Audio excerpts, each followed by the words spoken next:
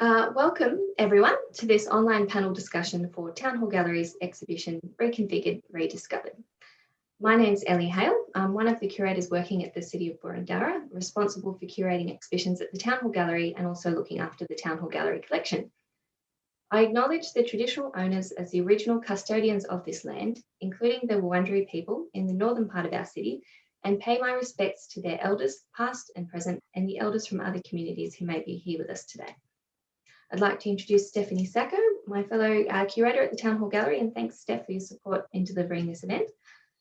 Today, we are joined by 5 artists from the exhibition Reconfigured Rediscovered, and they are Isabella Pluto, Peter Clancy, Danica Chappell, Christian Kapuro, and Robin Stacey. During the next hour, we're going to hear from each artist as they discuss their works in the exhibition, and then we'll open up to a broader discussion about the versatility of contemporary photography and how each artist approaches that medium differently. And after the discussion, there'll be an opportunity for questions from the audience. And at any time, if you have a question, please feel free to pop it into the Q&A function at the bottom of the screen. And Steph and myself will read out your questions at the end. Please also note that we are recording this session. So to give a brief introduction to the exhibition, it's on now at the Town Hall Gallery in Hawthorn until the 10th of April. It's a group exhibition bringing together 7 artists who extend our perceptions of photography and image making into new realms. Highlighting the permeability of photography, the exhibition questions the relationship between image and reality, asking how images operate and how they can be created without a camera.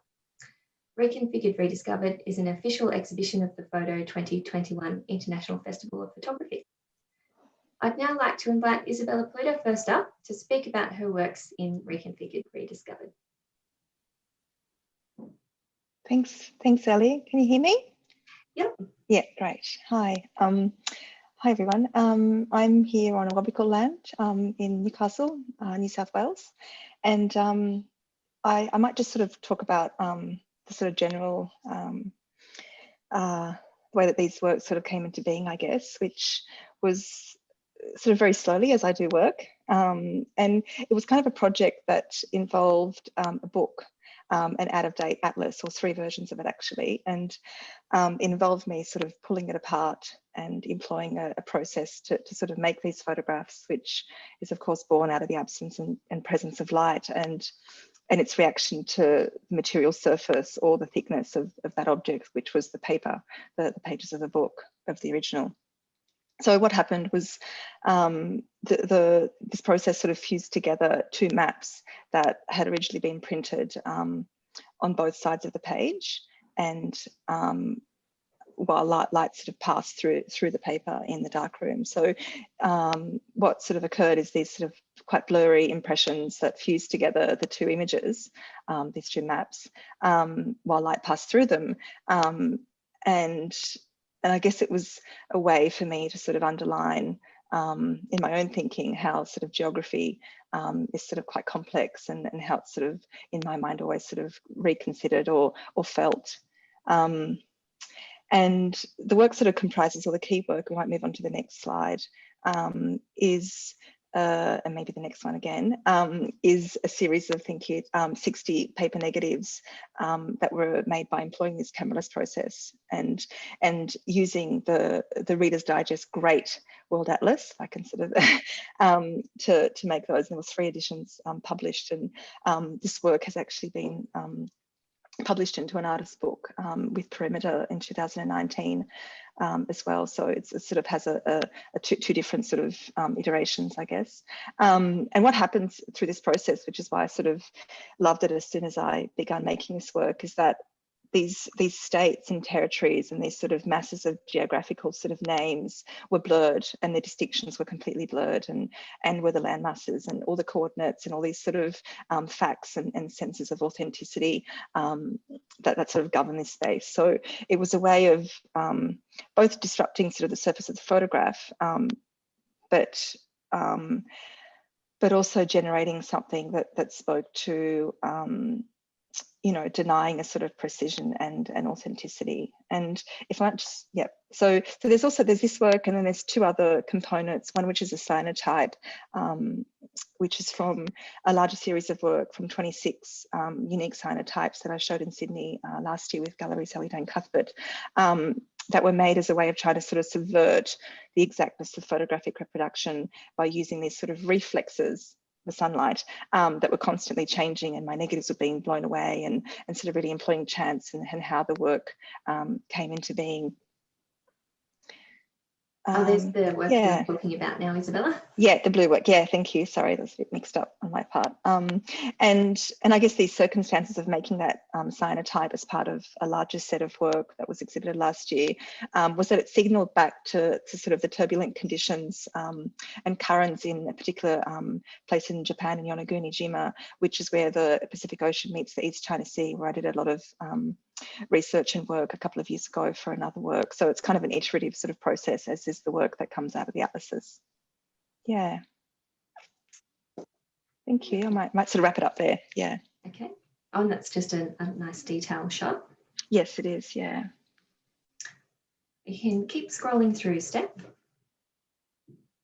And then your work in the gallery, the way that it's installed, follows through to Peter Clancy's. So Peter, I'll invite you to tell us a little bit more about these works. Sure.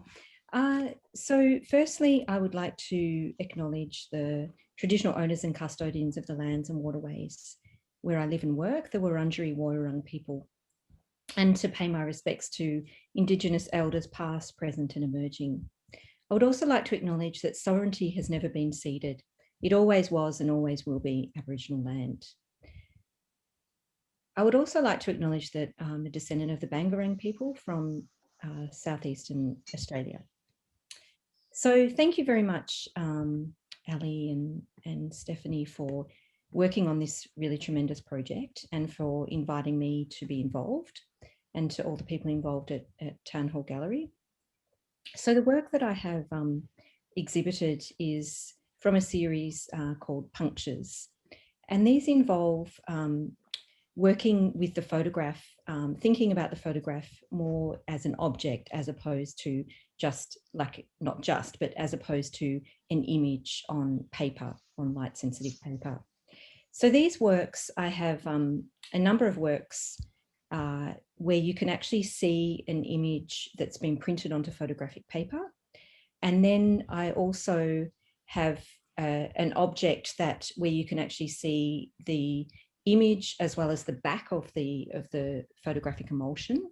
And with these photographs, I worked with images of photographs that I took of my cousin's mouth and lips. And I would then print out the photographs and work on the prints using a very fine needle to follow the naturally occurring lines that occur on the skin, and to preempt changes that will occur to the skin over time. And so I would follow the lines on the skin, as well as some of the, as I was kind of drawing with the needle, that some of the lines actually just kind of took their own kind of path. So, and then once I actually pierced the photographs, I would re-photograph the photograph that I'd pierced, and then I would print those, enlarge those images. And while I kind of left this project for a while, and then when to work on a collaborative project, and then when I came back to the project, I started actually working on the large prints that I enlarged, that were photographs of the pierced lips. And I started using a very fine needle and creating these impressions from the emulsion side of the image, and so that you can actually see these kind of landscape images that are created from the body on the back of the photographic emulsion. So the image where you can see the front and the back, which was in the previous slide, that's actually, you can see the photograph and as well as the back of the image, and there's these upraised kind of lines. Throughout my photography, I'm really interested in working with the photographic medium, and whether it's piercing, crumpling, cutting photographs and then rephotographing them. I'm really interested in the viewer looking at the image and questioning what it is that they're looking at. And so I guess with the photograph that is recognizable of the lips, you kind of think about whether you can recognize the lips, but then there's also these other processes that are going on. And the actual white images, where you can only see kind of like the white back of the image, they're actually photographs of the back of the photographs that I've worked on. So these images are part of a larger project that I worked on called Paper Thin. And I just wanted to read out, I created an artist book for this series that featured photographs of where I was exploring skin color and what the skin reveals and doesn't reveal about a person. And I just wanted to read out a quote that Dr. Melissa Miles wrote that I think is really interesting, but also brings up some of the things about photography, I think, that are really fascinating and pertinent to this exhibition. She writes, "A superstition has long haunted photography, that in capturing our likeness, the camera's sensitive emulsion absorbs and traps a spectral skin-like layer of our very being. Paradoxically, this skin is at once surface and depth. It is a trace of our outer selves, yet it is also bound to a deeper subjective core. Part of the magic of photography lies in this play between depth and surface, in its power to create the illusion of volume out of a fine skin-like layer. The photograph may be paper thin, but its mysterious play of light and shadow offers us a sense of embodied presence, even when the photographic subject is gone." I was also thinking about the ideas of the relationship between the photograph and also the skin. So the photograph is actually an impression of something that existed and previously. But I was thinking of the surface of the skin as being the body's memory of our lives. It is where our life history is recorded through the tone or distinctive character. During our life, our skin is continually changing and unfolding. It transforms in response to the alternates of the family face with its bags and wrinkles buried in the genes, and the tannings, softenings, emaciations, and changes to which it is heir in time. So there's a number of different elements that I'm really interested in exploring in this work in relation to photography, skin, and time. So I might leave it there because that's probably long enough. And I'm really interested in hearing from the other artists. Thank you. Thanks, Peter. So we have a lovely view here, an install shot from the exhibition that shows installed alongside Peter's work is Danika's through that walkway there. So if you want to head to the next slide, Steph, Danika, I'd love to hear from you. Thanks, Ellie, and thanks everyone for joining today. This is a wonderful platform to be able to share the work. I'm coming to you from my living room in Naarm, Melbourne, and I'm really, like everybody else, just stoked for this exhibition and happy to see it in the flesh, and happy that we've been able to come out of lockdown and actually open it and launch it, which is great. So the work's presented in Reconfigured Rediscovered. In this view, you see on the back wall eyeglass for glass eye, and a series of transparent, translucent films called indexings from the series Indexing. So Indexing is a series that I began in about 2014 and have continued here with Reconfigured Rediscovered. Initially, this work was commenced out of a material examination of light sensitivity and the substrates that actually carry the image. Instead of using film as the intermediary step that produces an enlarged photograph, I employed the light sensitive substrate as the image object itself. They appear like fixed kaleidoscopic apparitions of intermeshing colour and form. And individually, they each depict a colour geometric abstraction of the materials that really come to hand of offcuts and found objects in the darkness of my darkroom. Indexing really sort of emphasises the ideas around composition, notions of touch, and the experience of light to record and to activate each sheet of large format E6 film.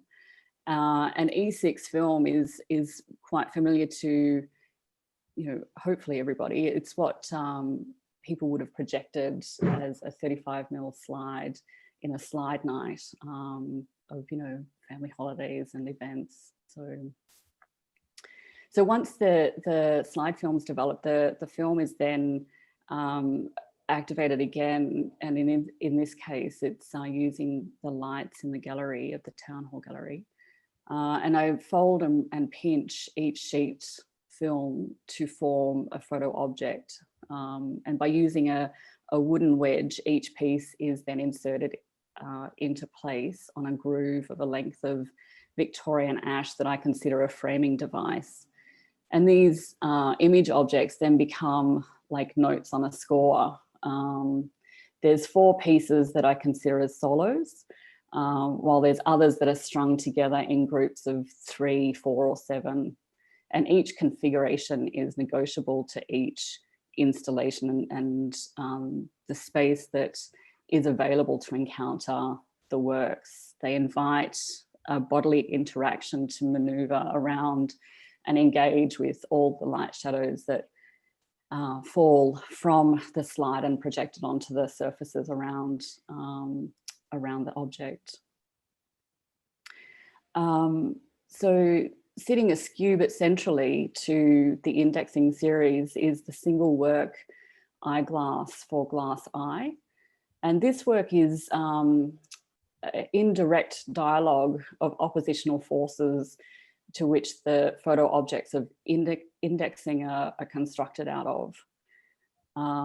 Eyeglass for Glass Eye is a chromogenic photo paper. It's hinged from the wall with square rodded magnets. Here, as with the large format slides, the raw material of the light sensitive substrate, and in this case, the paper, is revealed by its edges and thinness. Its title, Eyeglass for Glass Eye, suggests a reversal of logic. Like both terms conjure an image of an object that in its own right toys with the slip between the positive and the negative, the blind and the sighted. And this work is the negative image to the positive objects that have been used in the construction. So the colours are rendered here. They're an expanded opposite of what was actually exposed to the surface of the print. Whereas in the indexing series, they're a direct positive representation of the colours. So light sensitivity has really sort of been really important over many years in my practice, coming from a language and history of photography, the education of photography. But it's one component of the process that is fundamental in bringing into being the photograph, but generally light sensitive substrates are not usually emphasised or highlighted as the object of desire or discussion. I draw attention to these substrates as a mode of interaction with light and the materials and the forces that come into being in my darkroom. And in doing so, I'm trying to, I guess, attempt to elevate the importance and its history and the lineage of photography by stretching out and drawing upon the ability to expand, what the colour and the substrate can offer the final image.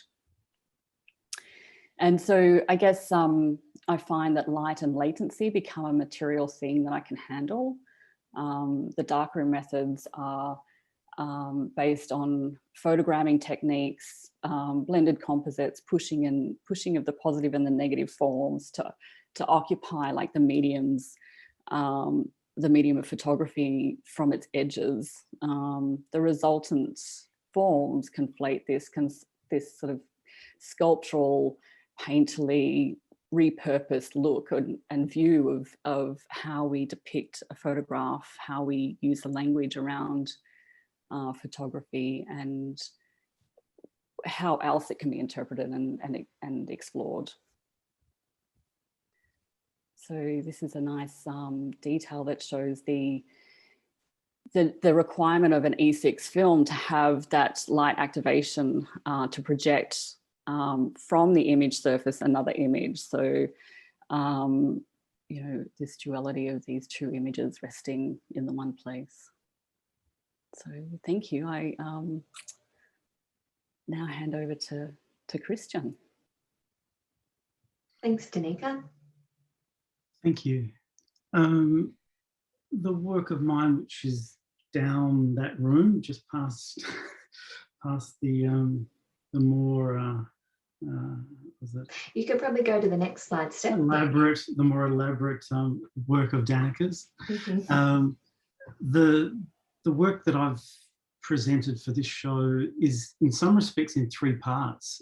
There are two bodies of work. The Disbore work, which is the tripod works, the ice dust, which are the four large photographic works, and then there's the third element, which I'll come to at the end. And part of the attraction with this show was to bring together two distinct bodies of work in some sort of dialogue, even though they're made independently. And it was something that, as an artist, I hadn't done until 2 years ago. Was the first time I'd ever brought together two different groups of work in the one show. And so it's something that increasingly interests me. The Disbore works, which are the tripod works, are essentially, the basic unit is the photographic tripod. The work is sculptural, spatial, and importantly, it's an improvisational, in that for all the trials and testing that go on in the studio with the various configurations, in the end, the real work is in the space, and coming to terms with what sort of configurations and what sort of relationships can take place both within the unit, the multiple units of the tripods, and also in relationship to the architecture and the exhibition space. That's a reversal of the other one. And so effectively the Disbore, the tripods, they're tools, they're technological tools that in some respects seem to be a bit of a hangover from an industrial era that hasn't been displaced even by image stabilizing technologies that are more seemingly sophisticated. And in some respects, that lingering has played on me more and more over the years as other processes in the photographic repertory have become smaller, lighter, seemingly slicker and more competent, yet these stabilizing devices still hold their place in, sorry to use if it's a pun, but they do. And they somehow, after years and years of working with these things, both professionally as an artist, I was struck by their constancy and the role that they played in relationship to image capture, an unseen role, but strangely a very important role. And things like stability, poise, and posture and pose have always interested me in relationship to the image itself and the internal dynamics of an image and how an image moves through image systems and image spaces and the wider culture of media.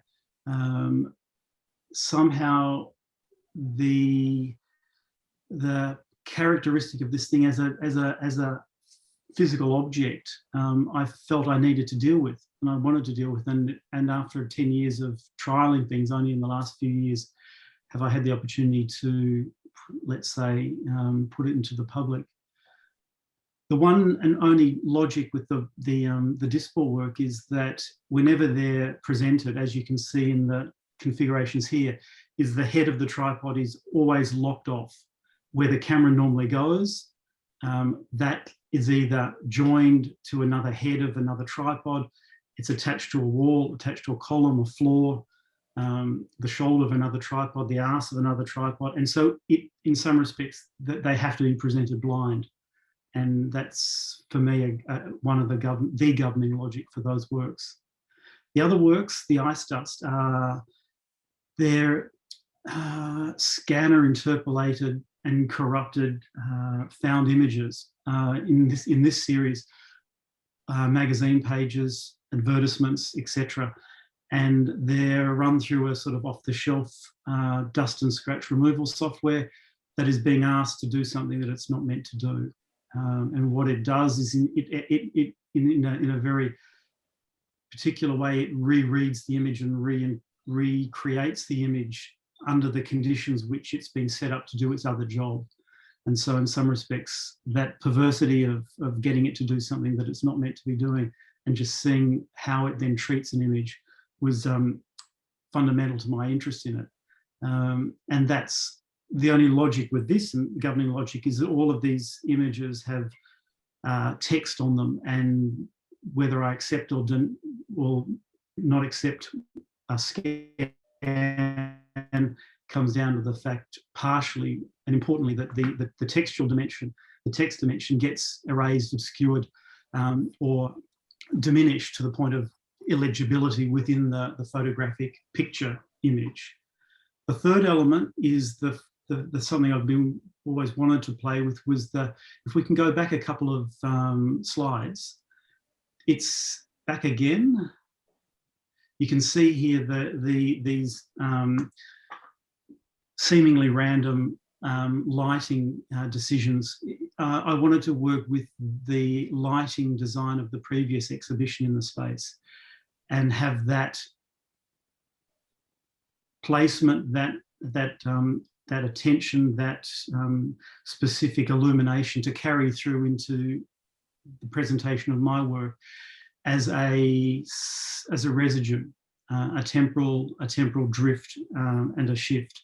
And so that's the third element, which for me binds and displaces these other two bodies of work. Okay, thank you. Thanks, Christian. Steph, if you want to go through just a couple more slides, we'll move on to Robin's work. Perfect. Robin, fire away. Thanks. Thank you. It's interesting listening to everyone, and I'm getting a message saying my internet's unstable, so I hope you can hear me. But to hear some of the overlaps in the thinking behind the different works, which manifest physically in very different ways. But I would like to start by also acknowledging and paying my respect to Indigenous elders past, present and emerging, and to acknowledge that the land was never ceded. And I'm speaking to you from Gadigal land, part of the Eora Nation. So my images are all made using a camera obscura.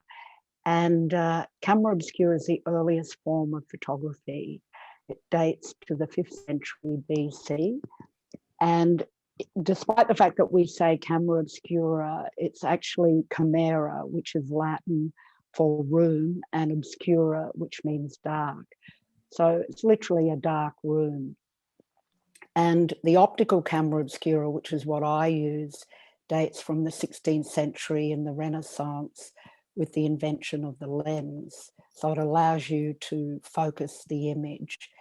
The thing that I find interesting about it is that for many centuries, we've been able to make images, but really it's in invention of chemistry, late 19th century, the Industrial Revolution, where you fix an image and then it becomes transportable.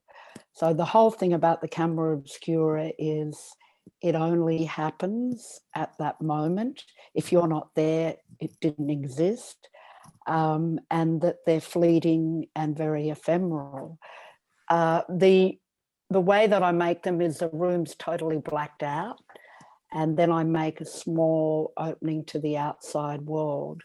So the opening functions like the lens of a camera, and then everything outside the room comes flooding into the room and fills the room. It's the walls, the floor, the ceiling. And because light travels in a straight line, and you can see in this image of Jeff Clem's studio, the floor, the ground is on the roof. So it's the road outside appears on the roof, and the sky and the clouds form the bottom half of the image. Often they're on the floor. So when I did a series of artist studios, so I did Brett Whiteley's old studio on Lavender Bay, and so it's the view that he would see that he painted when he looked outside the window. So this work is part of that. So the studio is as it is. I don't move anything in the room. I just black out the room and make the opening. The interesting thing about the camera obscura is this is actually how images are formed in the retina of the eye. So this is how the eye sees the world. But because of gravity, and we've evolved to walk upright, it's our brain that flips it over. So if we could go maybe to the next image. So this is one I made for the Adelaide Biennial in 2016, and it's the Lighthouse Wharf Hotel. The rooms are totally dependent on the position of the sun in the sky. So there's very little control. You just have to wait and work out. I mean, once you work out where the sun is. So a room, they're often their morning rooms, their afternoon rooms. The shortest room I had was 20 minutes where the room actually worked. If we go on to is the next one? Okay, so each room is a different kind of like the architecture of the room also has a big part to play in how you read the image. So this is an industrial building. It's a maintenance office of the rail yard in Brisbane. So again, this was a test that I did, and then I was going to come back, or I did go back and make a final shot. But what I realized really early on in the camera obscura is it's never the same. And so I always made sure that a test could actually be a final print. And when I came back, all the containers were white. There was a giant locomotive. I'd lost the view through the containers back to the sort of mountain range at the back. So that's one thing I find fascinating about them, is it can never be repeated. The thing that you don't see, they're quite a magical experience, and I make a long exposure, so you don't see any movement.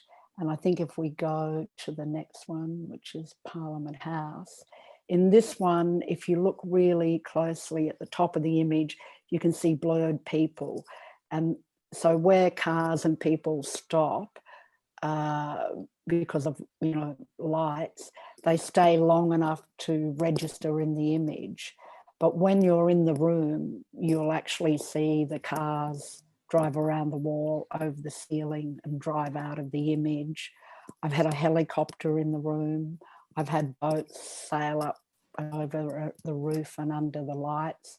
So it's after a while, like for the Adelaide Biennial, I actually made live camera obscuras. I made 2 for the biennial where people could sit in them. And this was because mostly people assumed that I made them in Photoshop, and they weren't made in real time. So by allowing people to sit in them, one, they got the experience, and people generally describe it as quite meditative or quite magical. And it's like you're in a movie. You can see everything that's happening. So, but you're apart from it. And that detached quality, looking at the world, again, is a different kind of experience. So after that, I was invited just to make the experience, and I've made them for the Perth International Arts Festival. I made them for Monash Gallery of Art. I've made them in Sydney, and then I started this work at the Sofitel in Melbourne. So there's a strong Melbourne connection in the camera Obscura. And I was offered a residency, and you live in the hotel for 3 weeks and you have to make work about the hotel. And that was where the idea for the camera Obscura came from, because they have fantastic views over Melbourne. And it was like, oh, if I could bring the view into the room, and you would see the room and the view. So you're in the room seeing what you're looking at outside. That would be interesting. And then I had people in the room, because part of the hotel experience is the guest. And then in 2000, I think it was 2017, the Sofitel invited me back as part of Spring, just again to make the experience. So that's it.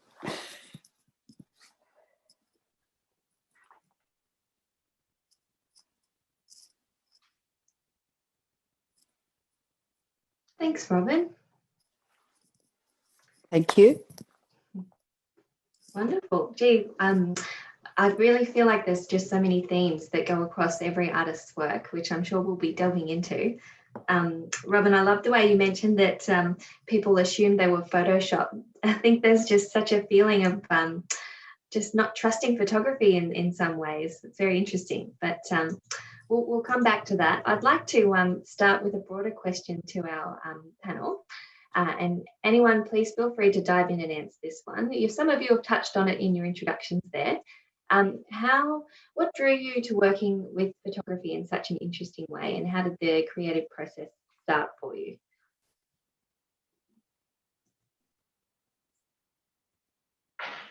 I might jump up and just start it. Yeah, I think just thinking back to in my studio, I had these atlases. I had managed to unhinge them from the binding, and they just sort of sat there for about 1.5 years. These sort of quite colourful sort of maps, and I couldn't quite work out what to do with them, how to photograph them, and photographing them simply wasn't going to do the trick. It just, I knew that it wasn't going to be the right mode of representation, or how I was going to kind of translate them. So there was a sort of moment where I had a free afternoon, and I took the pages into the darkroom, and it kind of so happened, and it was very sort of simple actually, other than being a really, really long exposure, because the paper's quite thick. These atlases are from the 70s and the 60s, and yeah, so it was sort of, because I knew the way to photograph them wasn't going to give me the whatever I thought I needed at that point, if that makes sense. Yeah, absolutely. I like in your, sorry, go ahead, Christian. For me, it was it was an error that with the iStus works. It was just I did something wrong, and put it aside as a mistake, and kept going back to it. And with the Discball works, the germ of it came out of someone being in my studio and looking at a tripod that just happened to be awkwardly placed on its own in the middle of the room, and they said, "What is that doing?" And it became a question of what is that doing, and what is it doing now that it's there on its own without a camera. So that's in some respects the origins of both of those works. I guess Sorry, Okay, I go just on. wanted to jump in if I don't get the opportunity later. It's because I'm really disappointed I haven't been able to see it yet. But Christian, the tripods and looking at them in the documentation, I mean, they have this incredible out of whack gravity sense. They sort of really play. I mean, obviously that's sort of the intention of the work, but I just wanted to say that for objects that are supposed to sort of be responsible apparatus to hold up a camera completely, deploy a whole different kind of tactic that, quite incredible to look at. The play, working out what they're playing at, becomes in some respects the question every time they get put out. What is that play? That in some respects is the question which that has to be addressed.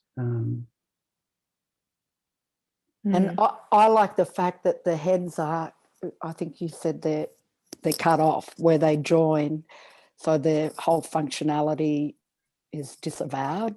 Like the thing that they're designed to do can't happen, and so that I found that very interesting.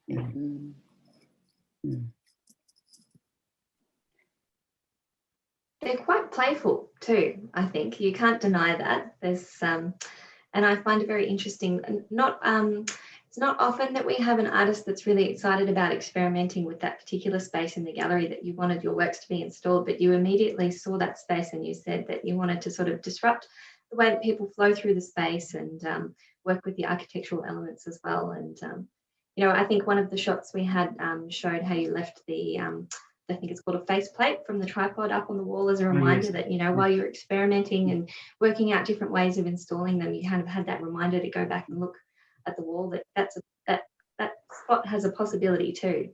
The subtext, which probably should be mentioned, is that because I've as a job photographed this space every few weeks, every couple of months, and have for a few years, you become very aware of the rituals of displaying things. And for me, that space had always been a dead space. It's a dead space because it's just there to be put other stuff in that can't go in the exhibition space. And it always something that you just move through really quickly. And that was part of the interest for me to address that dead space. I guess that's really interesting, Christian, in terms of like that repeat visitation to a site and that familiarization of what that offers, your intervention with it. And I think, for me to start to pull away at photography sort of comes from, say, as a kid watching my mum sitting at the sewing machine for hours at a time, cutting out patterns, constructing garments. It's kind of like this thing that, you come back to a position of knowing how to, you've observed something. So it becomes a familiar language to you that you then sort of try and, bring into your own practice and your own interaction with objects and materials, I guess. So, yeah. That position of familiarity is, I think, obviously runs through everyone's practice. I can see that it's sort of running there. So.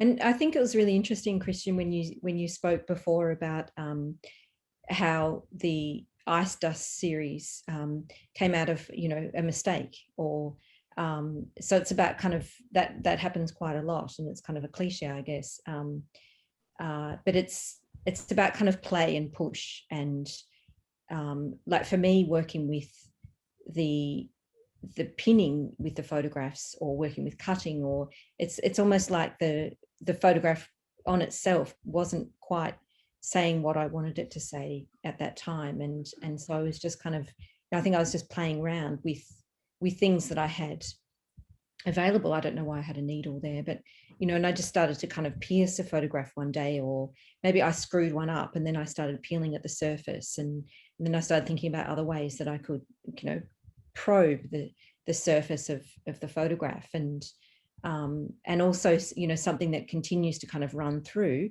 from that work to more recent work is the idea of of like cutting or you know, of working with the photographic print, and then so piercing it or cutting it and then rephotographing it, and so that the, you know, the viewer, when they come across the image, they may think about, say for recent work, you know, I've been working with the landscape and photographing a particular massacre site.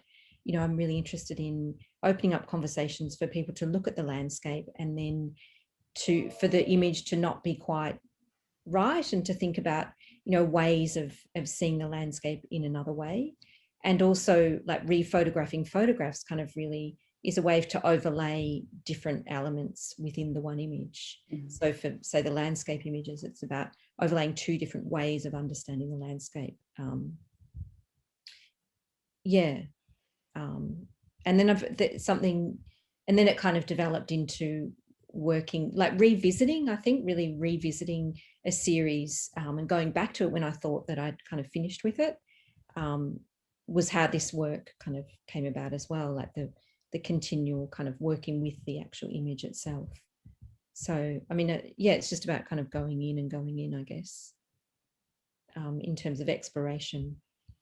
You're definitely touching on this idea that I wanted to bring up about many of you treating photography not just as a print and kind of not following this traditional relationship of taking a photo and hanging it on the wall. Many of you are sort of looking at treating photography as an object as well, or as an installation.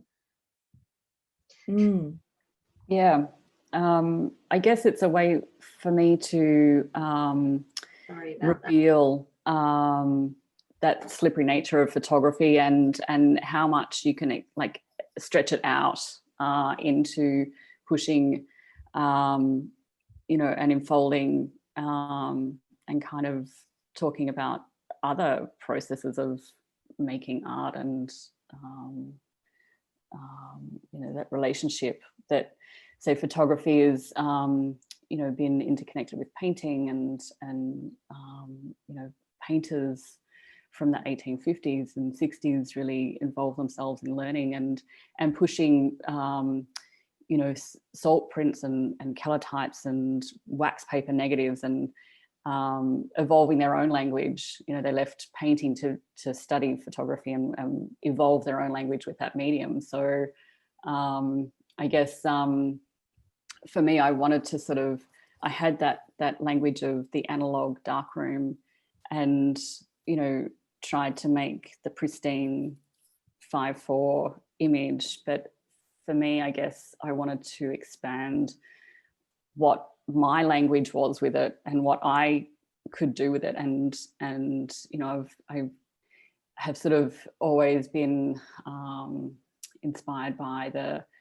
constructivists and the avant-garde that, you know, really use sort of different materials for different language, and to try and, you know, involve that in my own methodologies and practice, I guess, for what I can do, what I can say, what's important to me with the photograph, and light sensitivity, and that sort of construction of form that's from the image. And yeah, I mean, it's a medium that lends itself to that full sort of philosophical expansion, I guess, you know, right from its inception. So. Isabella, did you want to sort of elaborate maybe a little bit on the way that you sort of see photography also? I'm thinking about, I don't know work names off the top of my head, but so many photos of your work I've looked at, you're always doing interesting things like printing onto fabric, for example, or you'll have printed onto perhaps metal, I think you might have mentioned, and that might be popped out from the wall and that sort of thing. So. Yeah, I guess I sort of feel that the way that I might employ a certain material or a substrate speaks back to the work and its intention. So it's this kind of synthesis, or trying to have a synthesis or marry up a particular way of outputting, producing something, and it sort of being living, occupying a particular space, gallery space generally. And the mode of that, its sort of manifestation in that space sort of says something about either how the work was originally made or, I mean, for example, the work that you're referring to, I think, is Apparent Distance, which was the installation that was commissioned by the Art Gallery of New South Wales for the National in 2019.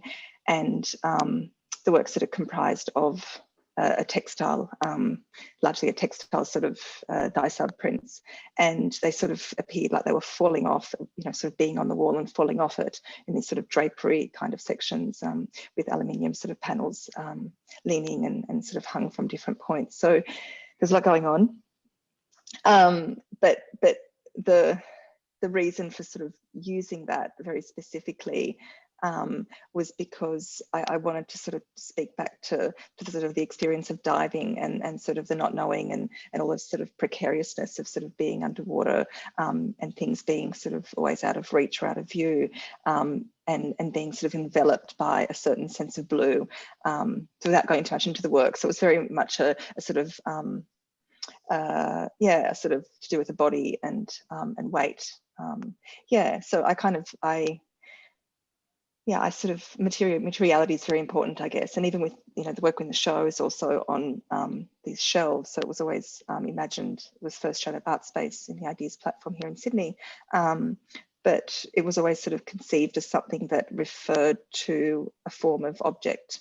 So, you know, presenting them on shelves as these sort of, you know, quite systematic objects that took the book, you know, it's this process of transference sort of happened, and then they come out the other end leaning like books, yeah, or like book pages, I guess, yeah.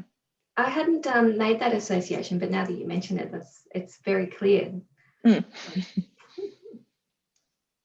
And Robin, I can't imagine how wonderful it would be to actually walk into one of your camera obscuras. I haven't experienced one yet, but I hope I get to one day. Yes, no, it's a pity we couldn't have done one for this show, but yeah, it's interesting how the photograph, I mean, they started off as prints. I mean, they still, well, I'm not making them anymore, but they still, that was the intention. And then you realize that the experience itself was, I think it's that whole thing about light.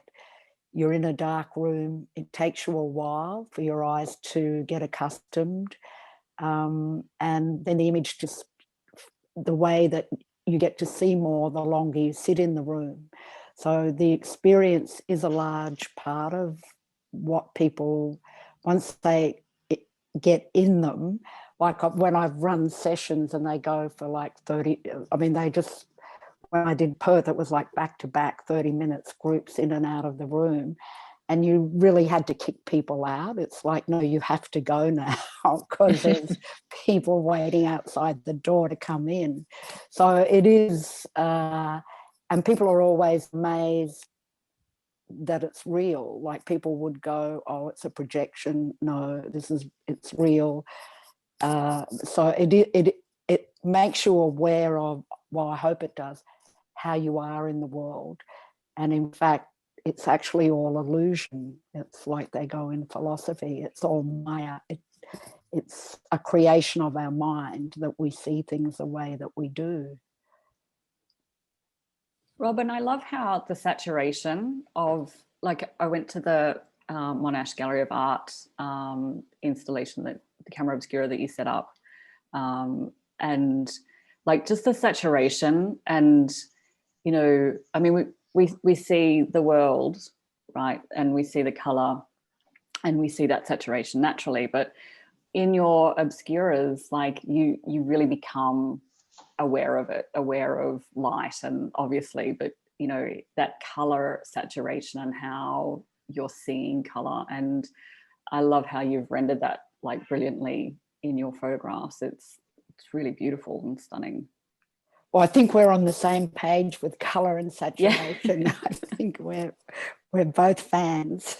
We're both fans of color. Yeah. And of light. Yes, definitely. Well, you see that through everyone's work. Light is a big, major thing in what everyone's doing. Yeah, absolutely. Absolutely. I know in your case, Danica, you were very keen to to oversee the lighting of your works very closely and the way that the light shines through them and creates those little individual shadows is just beautiful. Yeah. And well, even in your case too, Peter. yeah.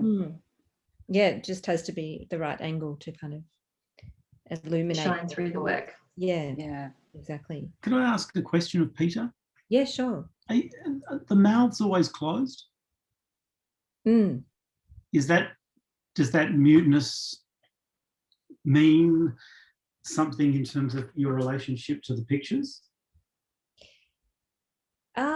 I think it's not so much a sense of muteness. It's more about it's not kind of about entering. It's more about the surface. But yeah, the muteness is a very interesting point, and it's there is a sense of muteness, which I guess is kind of a bit conflicting in terms of, you know, it's a female body and they're kind of depicted as kind of being mute. But one's with the mouth kind of open, it was quite different because it's speaking about, you know, language and different kind of aspects of experience, I guess, you know, because then you'd have the kind of teeth and it would kind of be going inside the body, but it's more about the kind of surface and what's because there's a strong sense in those works there that it's either like cobwebs or it's woven shut or it hasn't been opened. I mean, that's the thing, that the psychological dimension, which I find quite disturbing. I guess there's almost a disturbing element to having your face sort of poked with a pin too. Yeah. Well, that's and I guess that kind of taps into like the power of photography, where if it was like you know, because it is a representation of someone, you know, that there's an image of someone who is no longer there, then it's different because it is a photograph, and it having them kind of pierced like that, there it does bring up a sense of tension, and they're kind of disturbing, I guess, but there is that kind of attraction and repulsion aspect to the work. I think that kind of draws you in, and I mean, I guess I'm kind of thinking about also when I was making the work, and the larger body of work is also looking at the idea of skin color. So I was photographing members of my family, and you know, thinking about what, you know, say people with different skin color, you know, what that says about an individual and what it doesn't say. So it's about how when we look at someone, you know, we kind of can assume something that's not actually true. Yeah, so in a sense of kind of, I mean, I don't have the experience of living with you know, a different kind of skin color, but you know, some of the people that I photographed, you know, was kind of different, and you know, there is that kind of assumption of seeing things on face value, which is not true always. And also I'm kind of really interested in the skin as being a very kind of thin layer to the inside of the body. So there's that kind of sense of you know, the interior of the body, and that kind of attraction repulsion kind of comes through in terms of those images. Can I just do a quick time check with everyone? We've just hit just gone over 3 o'clock. Is everyone okay to maybe talk for another 5 minutes, or does anyone have to dash? We don't have any questions coming in from our audience yet, but I'd have another one that I'd love to ask if everyone's happy to stick around for a little bit longer. Wonderful. Actually, Peter, I'm just kind of thinking about that quote that you read out, which was wonderful and had so many elements to it, really. But I liked this that you mentioned about depth and surface, and a photograph trying to create an illusion of depth, which kind of, I think, kind of leads me to my last question, really, around So I mentioned that Reconfigured Rediscovered is part of the Photo 2021 International Festival of Photography, and the theme, there'll be a theme for the festival each year, and the theme this year is the truth. So that idea that photography has this precarious relationship with the truth, and people sort of questioning what they're seeing, and there's fake news, there's manipulated and faked photographs and that sort of thing. I'm just wondering if anyone wanted to jump in and speak about how their work kind of explores this theme.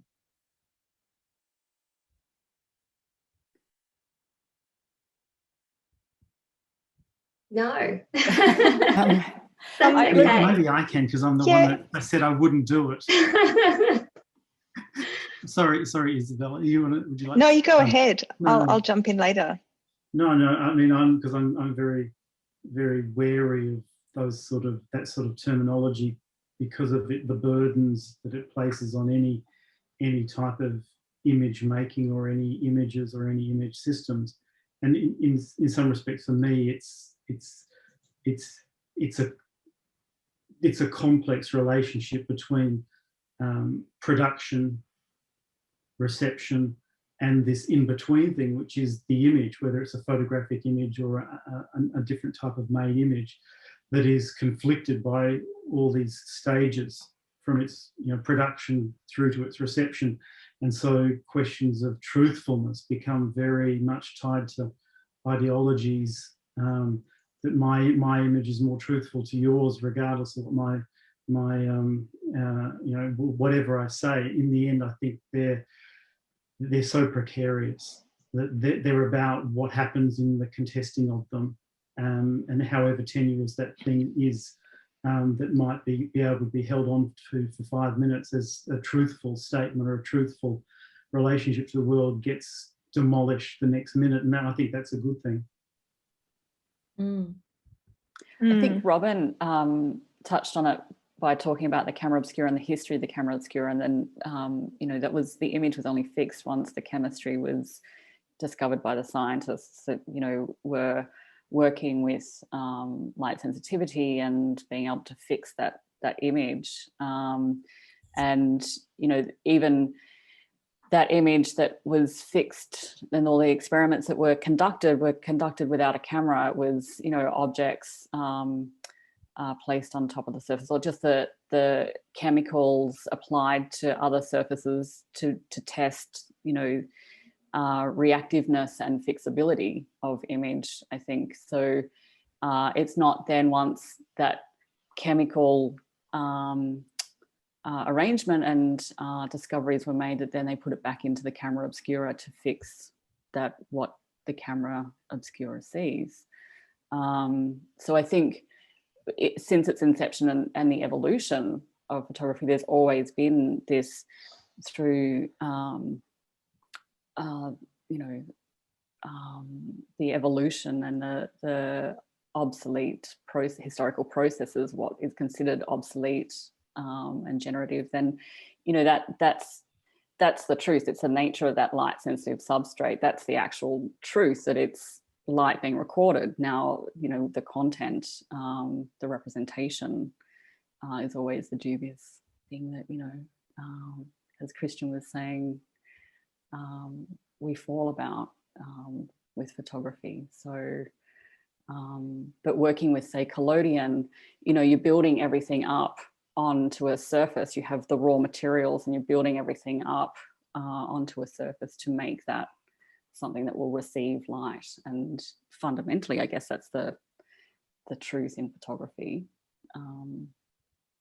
that I like to just sort of go, okay, well, that's the truth, because everything else can be extended and expanded and unfolded and manipulated and interpreted and presented and represented. So I think what Danica is saying then is really interesting. It's the process that's the truth, and it's the content which has never been the truth, because even in, there's that expression, a photo never lies, or I saw it in print, it must be true. But right from the beginning, someone decides how they're going to frame it, what they're putting in, what they're leaving out, and what they're leaving out is often more significant than what they're putting in. So it's always a subjective decision by the photographer at that point in time, and you're only seeing that moment out of time. You're not seeing an unfolding of time, you're just seeing one moment captured out of time. So it's never been truthful because it's totally subjective. So it's kind of, you know, there's a really famous photo from the Vietnam War which had a really big impact on American withdrawing from the war, and that's of the little girl running down the street on fire from napalm. And that photo was the front cover of everything. But the next photo, which is kind of never shown, is panning back and the little girl running down the street, and either side of the street is lined with photographers photographing her, and no one is actually doing anything about the situation. So it's like, I mean, what is the greater truth out of those two images? But one is widely circulated, has enormous impact, one is never seen. So I think if you're looking at documentary or what's called objective photography, that's never been the case. But I think that's really interesting.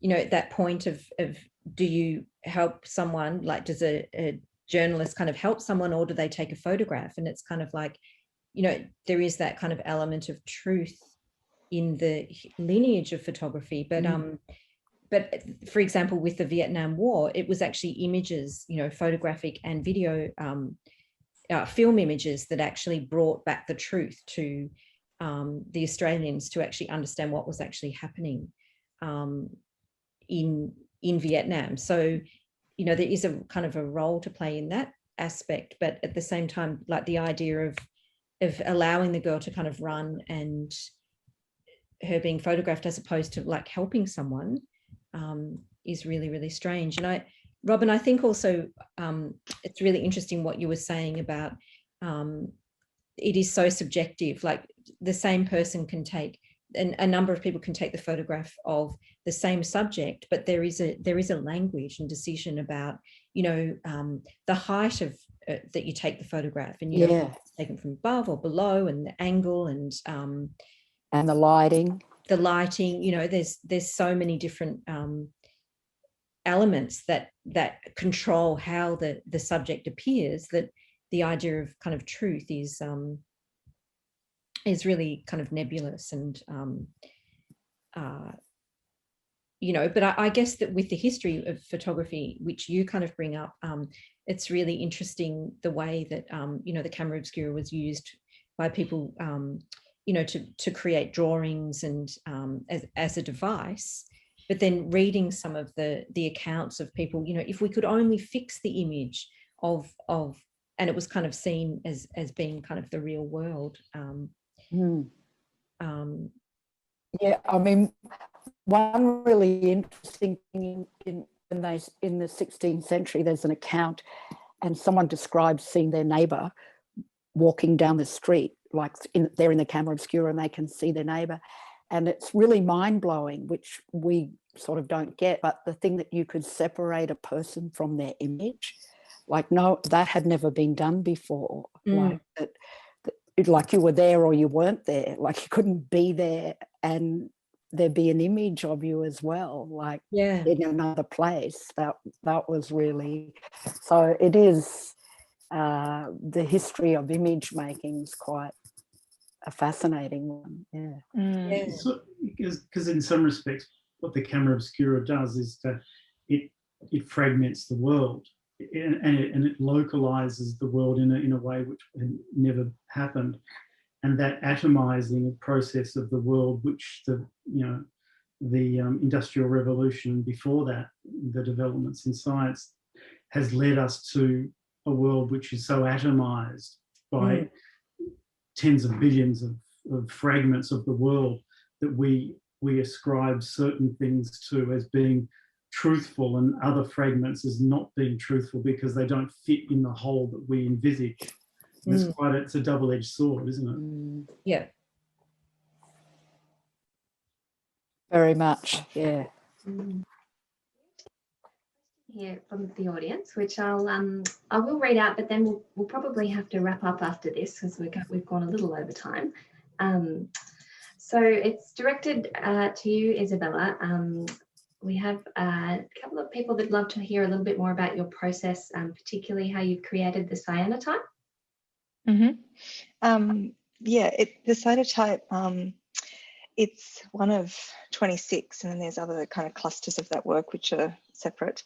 And the work came about actually during lockdown last year. So it was made from a set of negatives that I made when photographing my work, apparent distance being deinstalled. So as that work, which we touched on earlier about the materiality of that textile, when it was literally falling off, not just pretending to, but you know, coming off the wall during the deinstallation process, I photographed sections of the crevices and of those sort of features of the work, which were sort of, for me, speaking to the experience of that underwater monument, that formation in Yonaguni-jima, and that kind of the experience of diving and the sort of anxiety that was felt around that time.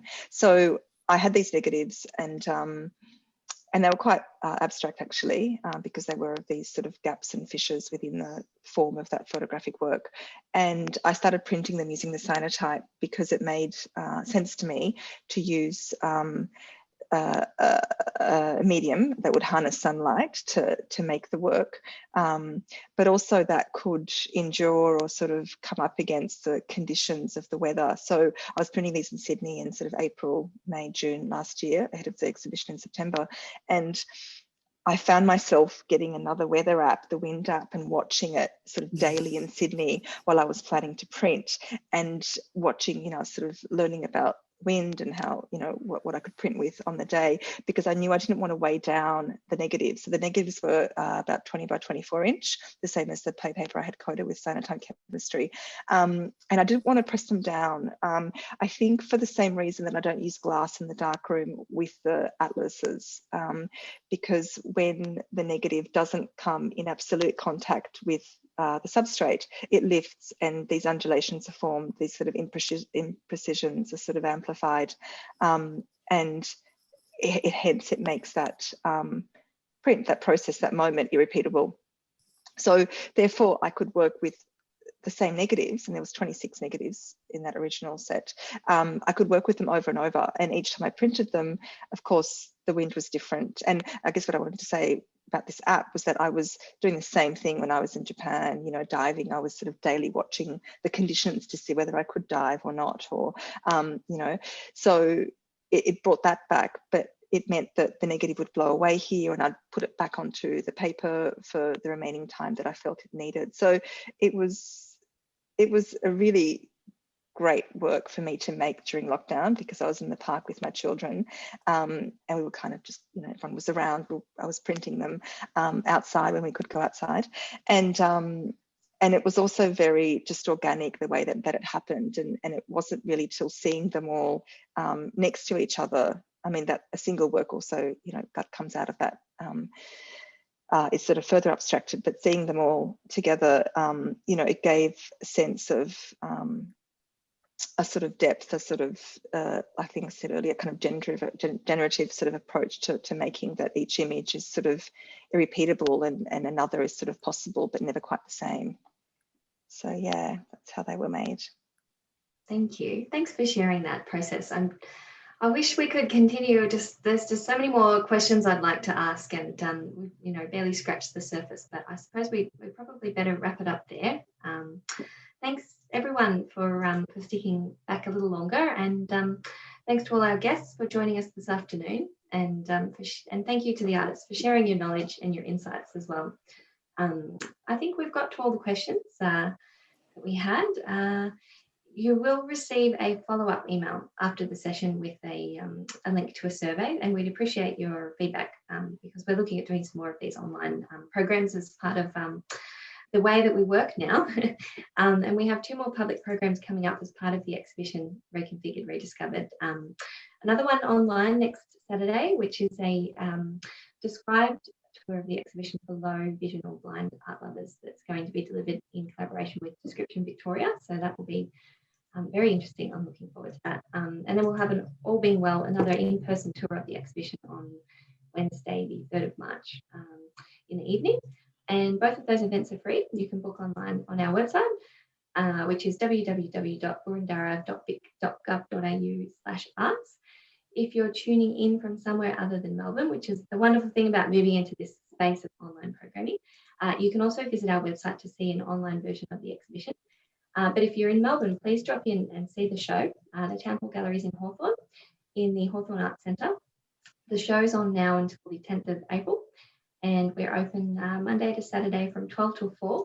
Although unfortunately we are closed at the moment as part of the circuit breaker short-term lockdown. We made a decision to have a bit of a buffer there and open on Monday next week. So that's Monday 22nd. We'll be reopening to the public at 12 o'clock. So come and see the show in the flesh if you can. Thanks again to our artists. Thanks for everyone for tuning in, and I hope you enjoy the rest of your weekend. Thank you, Ellie. Thanks very everyone. much. Thank you, Ellie. Thanks, Thanks, Stephanie. everyone. Thanks. Thanks all. It was great. Thank you. And audience. Thank you. Thanks. Bye. Bye.